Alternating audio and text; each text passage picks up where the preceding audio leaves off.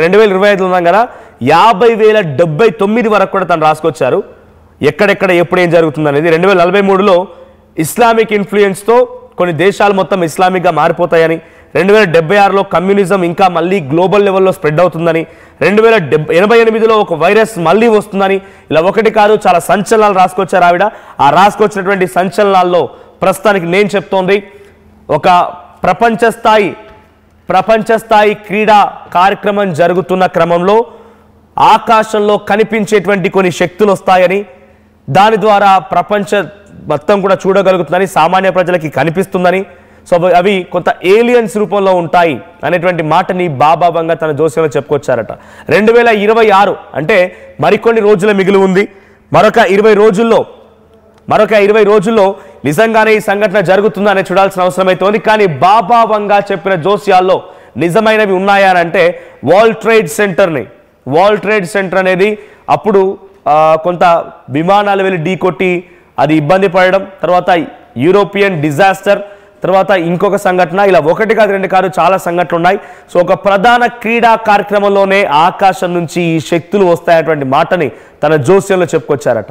అయితే నెటిజన్స్ మాత్రం ఆ ప్రధానమైనటువంటి క్రీడా కార్యక్రమం ఏంటి అన్నప్పుడు ఫిఫా ప్రపంచ కప్ సమయంలోనే వరల్డ్ ఫుట్బాల్ సంబంధించినటువంటి ప్రపంచ ఫిఫా కప్కు సంబంధించిన దాంట్లో ఈ గ్రహాంతర వాసులు వస్తారనేటువంటి చర్చని సోషల్ మీడియా వేదికగా మొదలుపెట్టారు. కానీ చాలామంది ఎక్స్పర్ట్స్ చెప్తున్న దాంట్లో, తను చెప్పిన దాంట్లో కొన్ని జరిగాయా అని అంటే అది అభూత కల్పన మాత్రమే.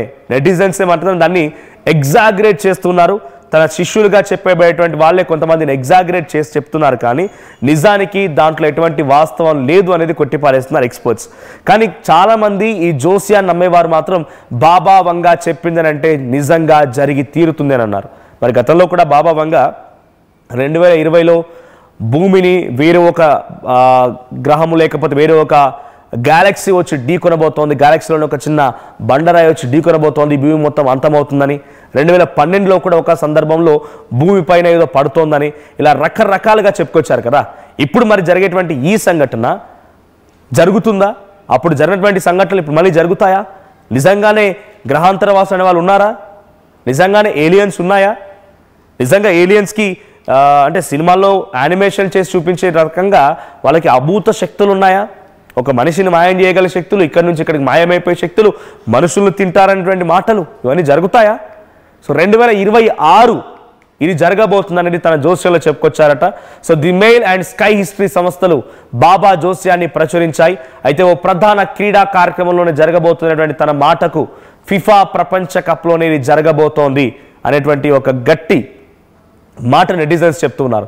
సో ఆకాశంలో ఎగురుతున్న వస్తువు కనిపిస్తుందని కూడా తను చెప్పుకొచ్చారట. ప్రపంచవ్యాప్తంగా ప్రజలు దాన్ని చూడగలుగుతారనేటువంటి మాటను చెప్తున్నారట. లిఖితపూర్వకంగా ఈ యొక్క బాబా వంగాకు సంబంధించిన జోస్యం ఎక్కడా లేదు, కానీ కొంతమంది దీన్ని కల్పించి ఎగ్జాగరేట్ చేసి రాసినటువంటి మాటలు అనేది ఇంకో ఎక్స్పర్ట్స్ చెప్తున్నమాట.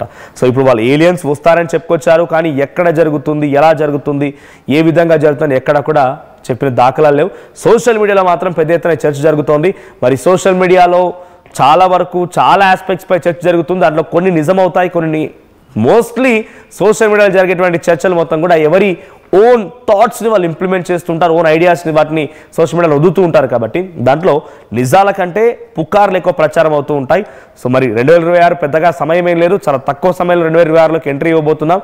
ఫిఫా ప్రపంచ కప్ కూడా జరగబోతున్న సమయంలో ఈ జరుగుతున్నటువంటి మాటలు సోషల్ మీడియాలో జరుగుతున్నాయి. కాబట్టి నిజంగా అది జరుగుతుందా ఏంటి అనేది చూడాల్సిన అవసరం అయితే ఉంది. సో జోతిష్యం పట్ల మీ అభిప్రాయం ఏంటి? మీరు జ్యోతిష్యాన్ని నమ్ముతారా?